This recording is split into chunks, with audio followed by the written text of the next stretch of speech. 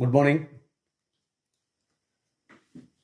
ഒരു ടാങ്ക് നിറയാൻ 4 പൈപ്പുകൾ 1 മണിക്കൂറും 45 മിനിറ്റും എടുക്കുന്നുവെങ്കിൽ 3 പൈപ്പുകളിലൂടെ ടാങ്ക് നിറയാൻ എത്ര സമയം എടുക്കും?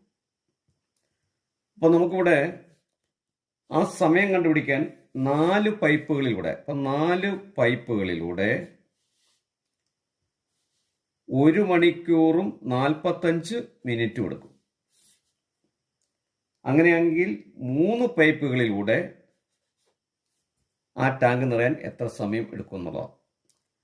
അപ്പോൾ നമുക്കിവിടെ കിട്ടുന്നത് 4 × 1 45 മിനിറ്റും അല്ലെങ്കിൽ 1 45 മണിക്കൂറും 3 പൈപ്പിലും. അപ്പോൾ അതുപോലെ നമ്മൾ ഡിവൈഡ് ചെയ്യുന്നു.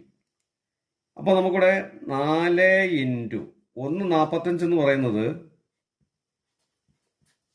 60 + 45 ആണ്. മൊത്തം 105 മിനിറ്റ് ബൈ 3.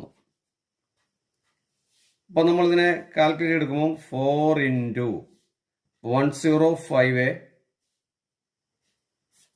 3 ടൈംസ് 9 5 5 അപ്പം 35 ഈക്വൽ ടു 35നെ നമ്മൾ 4 കൊണ്ട് മൾട്ടിപ്ലൈ ചെയ്യുക. 5 4 0 6 2 4 3 2 14 140 മിനിറ്റാണ് നമുക്കിവിടെ കിട്ടുന്നത്. ഇതിനെ മണിക്കൂറിലേക്ക് മാറ്റുമ്പോൾ നമുക്കിവിടെ 60 140നെ നമ്മൾ 60 കൊണ്ട് ഡിവൈഡ് ചെയ്യുക. അപ്പം 6 2 12 പോയിട്ട് 20.